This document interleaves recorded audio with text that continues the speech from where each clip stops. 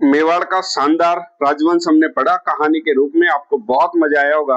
आज से हम मारवाड़ का राठौड़ राजवंश पढ़ेंगे, जिसमें पूरी की पूरी जानकारी मैं आपको बताऊंगा कि ये राठौड़ वास्तव में कौन थे, किस किस विद्वान ने क्या कहा, और आपको भी पता लगाना है। मैं बताऊंगा कि वास्तव में ये जो है जयचंद के वंशज थे, सूर्यवंशी। कुछ इतिहासकार इनको चंद्रवंशी भी बताते हैं, और कौन सी बात सही है, बहुत आनंद आने वाला है साथियों। तो सबसे पहले राठौड़ जो नाम है वो कहाँ से आया, और इस वंश की कैसे उत्पत्ति होती है राजस्थान के अंदर, सारी की सारी कहानी पढ़ेंगे। बहुत प्यार से, आनंद आने वाला है। चलिए शुरुआत करते हैं। मारवाड़ का राठौड़ राजवंश। सबसे पहले एक शब्द आया मारवाड़। तो ये मारवाड़ शब्द कहाँ से आया और राठौड़ शब्द भी कहाँ से आया, शुरुआत यहीं से करेंगे। तो मैं आपको बता देता हूं। देखिए, सामान्य परिचय। मारवाड़ प्रांत राजस्थान के पश्चिम में आंशिक रूप से स्थित है। बिल्कुल मारवाड़ पश्चिम में ही है। और मारवाड़ संस्कृत के मरुवाड़ शब्द से बना है। ये प्रश्न कई बार पूछा है। इसका अर्थ होता है मौत का भूभाग, क्योंकि प्राचीन समय में ऐसी कंडीशन थी कि पानी ही नहीं था। और अगर आप इस मरुस्थल में जाते हो, इस रेगिस्तान में जाते हो, तो निश्चित रूप से ये क्षेत्र तो मौत देने वाला है। इसलिए मरुवाड़ संस्कृत में लिखा हुआ है, और इसका हिंदी में अर्थ होता है मौत का भूभाग। वहां से शब्द आया मारवाड़। अब राठौड़ वंश की उत्पत्ति के बारे में पढ़ लेते हैं। किस किस विद्वान ने क्या क्या नाम दिया। देखिए, सबसे पहले बार बार पूछा जाता है गोपीनाथ शर्मा को। गोपीनाथ शर्मा के अनुसार राठौड़ शब्द की उत्पत्ति दक्षिण भारत के राजवंश राष्ट्रकूट से मानी जाती है। दक्षिण भारत में जब हम भारत का इतिहास पढ़ते हैं तो एक राजवंश होता है राष्ट्रकूट राजवंश, और इसी का एक शासक होता है जयचंद घेड़वाल। आपने सुना होगा, कहते हैं ना समाज में, ये तो समाज का जयचंद है। क्यों? क्योंकि मोहम्मद गोरी को बुलाने वाला, आमंत्रित करने वाला जयचंद को ही माना जाता है। और पृथ्वीराज चौहान के साथ में जिनका युद्ध होता है, जयचंद और पृथ्वीराज की कहानी भी है संयोगिता की। जो जयचंद की पुत्री थी, इनके बीच में प्रेम होता है। वहां स्वयंवर रचा जाता है, पृथ्वीराज को बुलाया नहीं जाता है। वो हम चौहान राजवंश में पढ़ेंगे, और किस प्रकार से पृथ्वीराज चौहान संयोगिता को अपने घोड़े पे बिठा करके लेकर के आता है। इससे इनके बीच में दुश्मनी हो जाती है, और ये जयचंद है वही मोहम्मद गोरी को भारत आक्रमण के लिए आमंत्रित करता है। और एक समय ऐसा आएगा कि मोहम्मद गोरी भी जयचंद पर आक्रमण करेगा, और जयचंद पानी में, गंगा में डुबकी लगा जाता है, और पानी में डूबने से उसकी मृत्यु होती है। बहुत प्यारी प्यारी और अच्छी कहानी आपको देखने को मिलेगी। बस आप बने रहिए मेरे साथ में। तो गोपीनाथ शर्मा यूं कह रहे हैं कि जो राठौर राजवंश है वो राष्ट्रकूट वंश से इनकी उत्पत्ति मानी जाती है। चलो, कर्नल जेम्स टोड और मुनोत नैन्सी क्या कह रहे हैं, ये भी उसी बात को दोहरा रहे हैं। कर्नल जेम्स टोड और मुनोत नैन्सी के अनुसार राठौड़ जो है वो कन्नौज के गेहड़वाल शासक जयचंद के पुत्र सेतुराम के बेटे राव सिंह, जो 1240 ईस्वी में मारवाड़ में राठौड़ वंश की नींव रखता है। 1240 ईस्वी में राव सिंह। हुआ क्या था, सुनो वापस। 1193 ईस्वी में एक घटना होती है। क्या घटना होती है? मोहम्मद गोरी जयचंद पर आक्रमण करता है, जिसके परिणाम स्वरूप एक युद्ध होता है। 1193 में आपने पढ़ा चंद्रावल की लड़ाई। इसमें क्या होता है, जयचंद हार जाता है। मोहम्मद गोरी जो है वो कन्नौज पर अधिकार कर लेता है। तब गंगा में डूबने से जयचंद की मृत्यु हो गई थी। वो अपनी जान बचा करके पानी में, गंगा में कूद गया था, और वहां डूबने से जयचंद की मृत्यु हो जाती है। और जयचंद का ही पुत्र था जिसका नाम है सेतुराम, और सेतुराम का बेटा किस प्रकार से पुष्कर आता है, और यहाँ उसको ब्रह्मा जी के द्वारा आशीर्वाद दिया जाता है, और वो यहाँ का शासक बनता है। सबसे पहली राजधानी पाली को बनाता है। अर्थात कर्नल जेम्स टोड के अनुसार राठौड़ जो है वो कौन है? सूर्यवंशी है। कौन है? सूर्यवंशी। क्योंकि राष्ट्रकूट वंश कौन सा है, अपने आप को सूर्यवंशी मानता है, तो उनके अनुसार राठौड़ जो है वो सूर्यवंशी है। हॉर्नरी जो इतिहासकार है वो थोड़ा सा अलग बताते हैं। हॉर्नरी कहते हैं कि राठौड़ राजवंश का संबंध बंदायु शाखा से है। बंदायु शाखा आपने सुनी ना, उस बंदायु शाखा और इसका गौरीशंकर हीराचंद ओझा ने भी इसका समर्थन किया है। अर्थात अगर बंदायु शाखा से है तो ये फिर चंद्रवंशी है। राजस्थान के कुछ इतिहास के बारे में देख लेते हैं। जैसे एक पुस्तक है राज रत्नाकर ग्रंथ, और भाट साहित्य में इन दोनों ग्रंथों में एक बात कही गई है कि जो राठौड़ है वो हिरण्यकश्यप की संतान है। हिरण्यकश्यप आपने सुना होगा, जो कि हिंडौन का राजा हुआ करता था, और इसी का पुत्र था प्रहलाद। होली का कहानी आपको पता होगी। तो हड़बू के साथ में उनका विवाह तय होता है, और जो होलिका है वो प्रहलाद को लेकर के वो जल जाती है। होलिका के साथ हड़बू का विवाह तय होता है। दूसरे दिन धुलेंडी इसीलिए मनाई जाती है कि हड़बू गुस्से हो जाते हैं और जो होलिका की धूल यानी मिट्टी को अपने शरीर पर लगाते हैं। तो होली का त्योहार भी हिरण्यकश्यप से जुड़ा हुआ है, भक्त प्रहलाद से जुड़ा हुआ है। राज रत्नाकर ग्रंथ और कुछ भाट साहित्य वो ये कहते हैं कि जो राठौड़ है वो हिरण्यकश्यप की संतान है। अब वास्तव में कौन है आप देखोगे, आपको पता चल जाएगा। राठौड़ स्वयं को भगवान श्री राम के पुत्र और कुश के वंशज अर्थात सूर्यवंशी मानते हैं, और मेवाड़ के जो गुहिल वंश है वो भी अपने आप को भगवान राम के पुत्र कुश के वंशज और सूर्यवंशी मानते हैं। दोनों में एक चीज कॉमन मिली। राठौड़ों की राजस्थान में कौन कौन सी शाखाएं हैं वो आपको पढ़नी है। तो तीनों शाखाओं के मैं नाम बता देता हूँ। सबसे पहले पढ़ेंगे हम जोधपुर अर्थात मारवाड़ के राठौड़, उसके पश्चात बीकानेर के राठौड़, और तीसरे नंबर पे किशनगढ़ के राठौड़। तीनों शाखा पढ़ेंगे। राठौड़ राजवंश की कुल देवी और आराध्य देवी देख लेते हैं। देखिए, राठौड़ राजवंश की कुल देवी बार बार में पूछा जाता है, नागणेची माता है। उसी को चक्रेश्वरी माता के नाम से जाना जाता है, उसी को पंखिनी माता के नाम से जाना जाता है। कंफ्यूज नहीं होना है। अगर प्रश्न पूछ ले राठौड़ राजवंश की कुल देवी है, नागणेची ऑप्शन में नहीं है तो चक्रेश्वरी मिलेगा, चक्रेश्वरी भी ऑप्शन में नहीं है तो पंखिनी माता मिलेगा। तीनों का नाम एक ही माता है, नाम अलग अलग है। मूल मंदिर जो है वो आपको पता है नगाना गांव बाड़मेर में स्थित है। इसकी मूर्ति जो है वो कौन लेकर के आते हैं, तो वो आपको पता है कि इसके माता के मंदिर का निर्माण जो है वो धुवर जी ने करवाया था। वो कर्नाटक से इसकी मूर्ति लेकर के आते हैं। और वर्तमान में अगर पूछ ले कि वर्तमान में नागणेची माता का मंदिर कहाँ पर है, तो अच्छे से याद कर लेना। इनकी चाहे आराध्य देवी हो चामुंडा माता या कुल देवी हो, कुल देवी कौन सी है? नागणेची माता। इसका मंदिर भी वर्तमान में मेहरानगढ़ जोधपुर में स्थित है। राठौड़ राजवंश की आराध्य देवी के बारे में बात करें तो चामुंडा माता है, 2008 में जहां भगदड़ मची थी।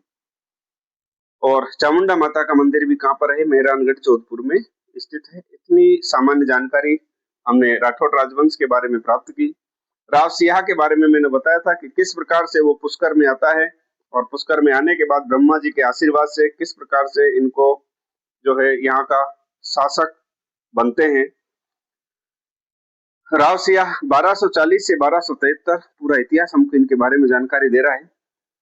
इसे मारवाड़ में राठौड़ वंश का संस्थापक माना जाता है। राव सिंह को प्रश्न कई बार पूछा है, ये हमने पढ़ा है। क्योंकि राव सिंह सर्वप्रथम कहाँ आए थे? पुष्कर आए थे। इनकी मुलाकात पालीवाल ब्राह्मणों से हुई थी, और पालीवाल ब्राह्मण इनको पाली ले गए, क्योंकि पालीवाल नाम ही पाली से पड़ा है। 1240 ईस्वी में पाली ले गए, और इन्होंने पाली के आसपास ही सर्वप्रथम राजस्थान में राठौड़ वंश की नींव डाली थी। इसलिए इन्हें मारवाड़ में राठौड़ वंश का आदि पुरुष या संस्थापक किसे माना जाता है? राव सिंह को माना जाता है। कहानी समझ में आ गई क्या? पुष्कर में आते हैं, ब्रह्मा जी के आशीर्वाद से पालीवाल ब्राह्मणों से इनकी मुलाकात होती है, और वो उनको पाली ले गए। आसपास के क्षेत्रों में सर्वप्रथम इन्होंने राठौड़ राजवंश की नींव डाली थी। अब पाली से एक शिलालेख प्राप्त हुआ है, सुनो मेरी बात। पाली से एक शिलालेख प्राप्त हुआ है, उसके अनुसार उसमें लिखा हुआ है कि राव सिंह है, उसकी रानी का नाम पार्वती था, जो कि सोलंकी राजकुमारी थी। अभी तक ऐसा प्रश्न नहीं आया राव सिंह की रानी का क्या नाम था। पाली शिलालेख के अनुसार पैसे पाली पैसे पार्वती, जो कि सोलंकी राजकुमारी थी। दूसरी बात आपको याद रखनी है, 1273 ईस्वी में राव सिंह व नासिरुद्दीन महमूद द्वितीय के मध्य में धौला चीतरा पाली में स्थान है। यहाँ पर लाखा झंवर का युद्ध हुआ था। इसमें नासिरुद्दीन महमूद विजयी हुआ, और तुर्की आक्रांताओं से युद्ध करते हुए राव सिंह है वो वीर गति को प्राप्त हो जाते हैं 1273 ईस्वी। राव सिंह ने अपनी राजधानी किसे बनाया था? पाली। अब ध्यान से सुन लो, राठौड़ राजवंश की पहली राजधानी पाली थी। मारवाड़ में राठौड़ों की प्रारंभिक राजधानी क्या थी? पाली थी। राव सिया का स्मारक है वो बीठू गांव पाली में स्थित है। ये प्रश्न भी पूछा गया है। अब राजधानी में आपको चारों के चारों बता देता हूँ। राठौड़ राजवंश की 4 राजधानियां रही है, चारों के क्रम अच्छे से रट लेना। पहली राजधानी पाली राव सिंह ने बनाई। दूसरी राजधानी खेड़ा बालोतरा है जो मल्लीनाथ जी ने बनाई थी, जो प्रसिद्ध लोक देवता हुए हैं उनकी याद में मल्लीनाथ पशु मेला भी लगता है। तीसरी राजधानी राव चूड़ा ने बनाई थी और वो बनाई थी मंडौर, जो उनको दहेज में मिली थी। पूरी कहानी बताऊंगा। चौथी राजधानी जोधपुर और जिसे राव जोधा ने बनाई थी। जोधपुर शहर की स्थापना भी राव जोधा ने की थी 1459 ईस्वी में। अब अगला जो शासक पढ़ेंगे, एक लाइन याद रखनी है जिसका नाम है आसनाथ जी। आसनाथ जी के लिए एक बार प्रश्न पूछ लिया गया था कि किसके साथ युद्ध करते हुए वीर गति को प्राप्त हुए थे, तो जलालुद्दीन खिलजी के साथ युद्ध करते हुए वीर गति को प्राप्त हुए थे आसनाथ जी 1292 ईस्वी में। अगले जो शासक है राव दुहड़ जी है, जो कि कर्नाटक से नागणेची माता या चक्रेश्वरी माता की मूर्ति लेकर के आते हैं और नगाना गांव बाड़मेर में वो मूर्ति स्थापित करवाई और मंदिर का भी निर्माण किसने करवाया था? दुहड़ जी ने। याद रखना है दुहड़ जी 1292 से 1309। एक ही लाइन याद रखनी है। कर्नाटक से चक्रेश्वरी माता जिसे नागणेची माता के नाम से जाना जाता है, जो राठौड़ वंश की कुलदेवी है, और इसी नगाना गांव में इन्होंने इसका मंदिर का भी निर्माण करवाया था। मल्लीनाथ जी के लिए मैं बात कर रहा था, लोक देवता है। दूसरी राजधानी इन्होंने बनाई थी खेड़ा बालोतरा को। राव मल्लीनाथ जी लोक देवता के रूप में विख्यात हुए। इन्होंने खेड़ा बालोतरा को राठौड़ राजवंश की दूसरी राजधानी के रूप में स्थापित किया था। खेड़ा बालोतरा याद रखना है। दूसरी राजधानी, पहली पाली, दूसरी खेड़ा बालोतरा। और प्रतिवर्ष जो है वो मल्लीनाथ जी का मेला भरता है चैत्र माह में। शुक्ल पक्ष की एकादशी से लेकर के कृष्ण पक्ष चैत्र कृष्ण एकादशी से चैत्र शुक्ल एकादशी तक मल्लीनाथ का पशु मेला भरता है। एग्जाम में से भी पूछ लिया था कि अंग्रेजी महीने दे दिए थे, तो अंग्रेजी महीना अगर देते कब भरता है तो मार्च अप्रैल के महीने में मल्लीनाथ, प्रसिद्ध मल्लीनाथ पशु मेले का आयोजन किया जाता है। अगला शासक जो हम पढ़ने जा रहे हैं उनका नाम है राव चूड़ा, जिसे वास्तविक संस्थापक अपन मान सकते हैं। कहानी सुनिए। राव चूड़ा के समय एक घटना होती है। देखिए मारवाड़ का उस समय जो शासक था वो गुर्जर प्रतिहार शासक था, जिसका नाम था इंदिरा प्रतिहार। प्रतिहार वंश का शासन था। उस समय क्या हुआ था, मारवाड़ के ऊपर तुर्कों ने आक्रमण किया था। राजधानी क्या थी? मंडौर थी उस समय। तो मंडौर पर तुर्कों ने आक्रमण किया। राव चूड़ा ने इंदिरा प्रतिहार की सहायता की थी, क्योंकि तुर्कों से इनकी पहले भी लड़ाई हुई थी। इससे प्रसन्न होकर इंदिरा प्रतिहार ने अपनी पुत्री, जिसका नाम है किशोरी कुंवर का विवाह राव चूड़ा से कर दिया और दहेज में मंडौर ही दे दिया। आनंद आ गया ना। तीसरी राजधानी मंडौर राव चूड़ा ने बनाई। पहली राजधानी पाली, दूसरी राजधानी खेड़ा बाड़मेर और तीसरी राजधानी मंडौर। जो मारवाड़ राजवंश की तीसरी राजधानी थी मंडौर, जो दहेज में मिली थी राव चूड़ा को। राव चूड़ा को राठौड़ वंश का वास्तविक संस्थापक माना जाता है। देखिए गौरी शंकर हीराचंद ओझा वो कह रहे हैं कि भाई ना तो राव सिया राठौड़ वंश का संस्थापक है और न ही राव चूड़ा है। वास्तविक राठौड़ वंश का संस्थापक गौरी शंकर हीराचंद ओझा किसे मानते हैं? राव जोधा को। ये लाइन रट लो, वेरी इंपॉर्टेंट है, क्योंकि सब मंडौर करेंगे, राव चूड़ा करेंगे लेकिन नहीं है। गौरी शंकर हीराचंद ओझा अगर उसने लिख दिया के अनुसार राठौड़ वंश का वास्तविक संस्थापक है, तो राव जोधा हमें करना पड़ेगा। तो राव चूड़ा के बाद में इनका पुत्र, जिसका नाम है रणमल राठौड़, 1427 से 1438 तक शासक बनता है। अब आपके सामने बहुत प्यारी कहानी प्रस्तुत करने जा रहा हूं, ध्यान से सुनना।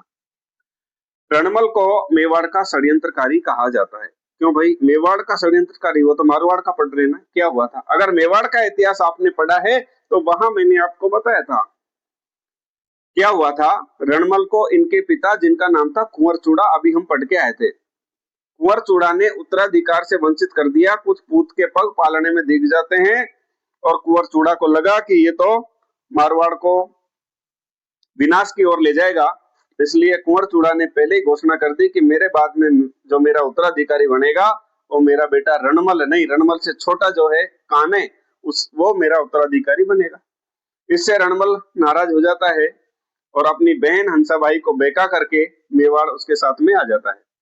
यहाँ आकर के हंसाबाई के साथ में धोखा करता है और हंसाबाई का विवाह जो शर्त के साथ में वृद्ध लाखा से कर देता है। क्या शर्त रखी गुरुजी? इसने शर्त रखी लाखा के सामने कि मेरी बहन से जो पुत्र होगा वही मेवाड़ का अगला उत्तराधिकारी बनेगा, वही मेवाड़ का अगला वारिस होगा। लाखा ने मान ली। इससे क्या हुआ, लाखा का जो बड़ा पुत्र था जिसका नाम है कुंवर चूड़ा, ध्यान से सुनो, राव चूड़ा और कुंवर चूड़ा में अंतर है। राव चूड़ा मारवाड़ का शासक है, उसका बेटा है रणमल राठौड़, जबकि कुंवर चूड़ा मेवाड़ में महाराणा लाखा का पुत्र है और जो कुंवर चूड़ा है वो मेवाड़ छोड़ने को मजबूर कर दिया। इसलिए मैंने आपको मेवाड़ का इतिहास आपने पढ़ा है, इससे पहले वीडियो डाल दिए, उसमें बताया था कि इसे मेवाड़ का भीष्म पितामह भी कहा जाता है। इसको कुंवर चूड़ा को जो आजीवन कमारा रहा था, इन्होंने शादी नहीं की थी। कुछ इतिहासकार मानते हैं कि कुंवर चूड़ा को पता था कि हंसाबाई के साथ में उसकी शादी होने वाली है, लेकिन पिता ने धोखा किया।